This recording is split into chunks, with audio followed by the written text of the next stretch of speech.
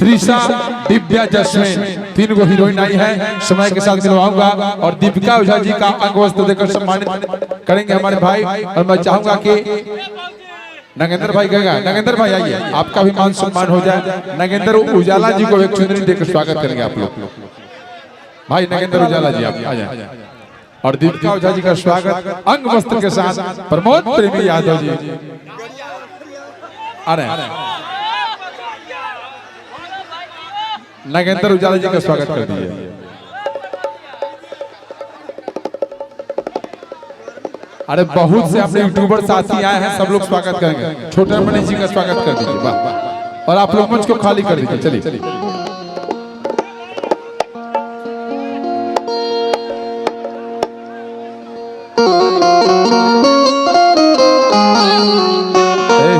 आराम से बेटा, आराम से। एक मिनट सबको हटा। चलिए आप लोग हट जाइए। और दीपिका के हाथों में एक कवि जी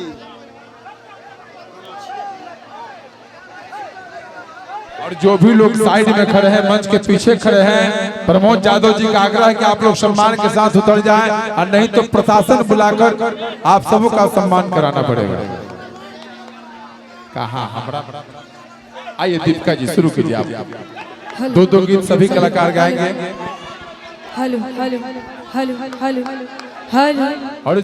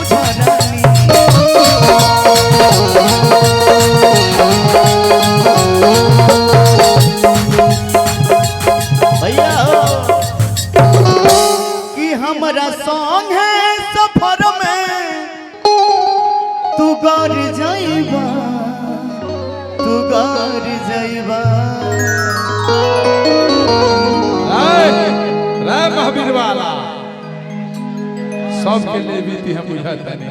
एक तो मेरे पाल था मत करिया। उतर जो बेटा, उतर जो। कि हमरा संग है सफर में या तू घर जाइबा, घर जाइबा। कि मारे बखिया त हो, मारे बखिया त, मारे बखिया त ये बाबू हो जाइबा, हो जाइबा।